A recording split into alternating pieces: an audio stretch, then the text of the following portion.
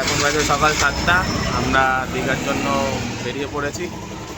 বাস আসছে, বাস ধরবো আর সোজা দীঘায় গিয়ে দেখা হচ্ছে। চলো টাটা। ঘন্টা জার্নি করার পরে কিছুক্ষণের জন্য রেস্ট এই কোলাঘাট। আর এই কিছুক্ষণ রেস্ট মানেই আমার জন্য অনেকটাই বেদনাদায়ক, যেহেতু আবার আমাকে উঠতে হবে বাসে, আর যেখানে আমার প্রচণ্ড পরিমাণে প্রবলেম হয়। এবার একেবারে দেখা হচ্ছে তোমাদের সাথে দীঘায় গিয়ে। তো চলো। তো এখন আমার হাজব্যান্ড গেছে বুকিংয়ের জন্য, কিন্তু আমার এটা একদমই পছন্দ হয়নি রুমটা। তো আমরা নেক্সট প্লেসে যাব। এই হোটেলটা আমরা সিলেক্ট করি যে ঠিক আছে চলো, কারণ এই রোদ্দুরের মধ্যে ঘুরে ঘুরে আর হোটেল খোঁজা আমাদের পক্ষে সম্ভব না।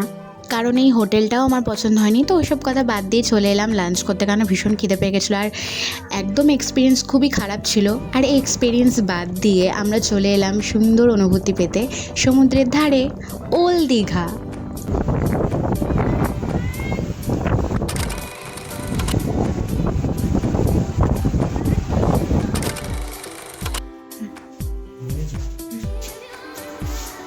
আমরা এত দেরিতে এসেছিলাম দিনের বেলায়, তো কোথাও বেরোনো হয়নি, খেয়ে দিয়ে একদম ঢুকে পড়েছে। আর আমার খুব বাসে উঠলে একটু বমি টমি হয় বলে সারাদিন মাথাটা খুব যন্ত্রণা করছিল, ঠিকঠাক খাওয়া দাওয়া করতে পারিনি। তো এসে চোখ লেগে গেছিলো আর বেরোতে পারিনি। এখন সন্ধ্যাবেলা বেরোতে আজকে দিনটা পুরোটাই নষ্ট। দেখা যাক বাইরে বেরিয়ে কতটা কি আনন্দ করতে পারি। আর দেরি হয়েছে তোমার জন্য, তুমি বলেছো 5টার আগে অন্ধকার হয় না, এখানে 5টার আগেই অন্ধকার হয়ে গেছে। হয়।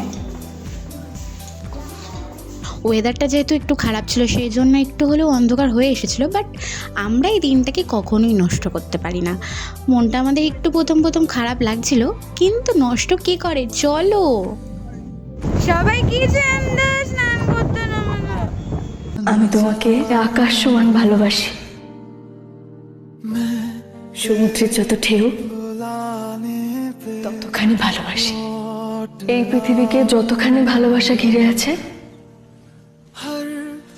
আমি তোমাকে ততখানি ভালোবাসি।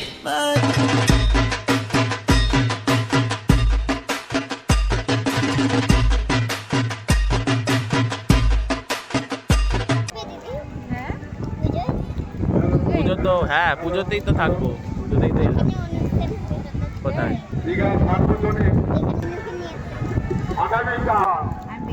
কোথায় থাকিস? হ্যাঁ? আচ্ছা আচ্ছা। অনেক পেয়েছি বড়দের দিয়ে আঘাত, কিন্তু আমি বাচ্চাদের প্রতি একটা আলাদাই আসক্ত। ভালো লাগে আমার ওদের জন্য। তো যাই হোক, বাদ দিলাম এসব কথা। ভালো খেতে? সত্যি ভালো লাগছে। তোমাদের ওখানে এত টেস্ট লাগে না জানো?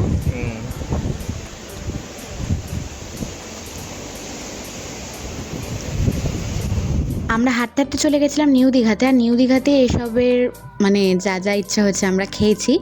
সত্যি কথা বলতে টেস্ট ভালোই ছিল।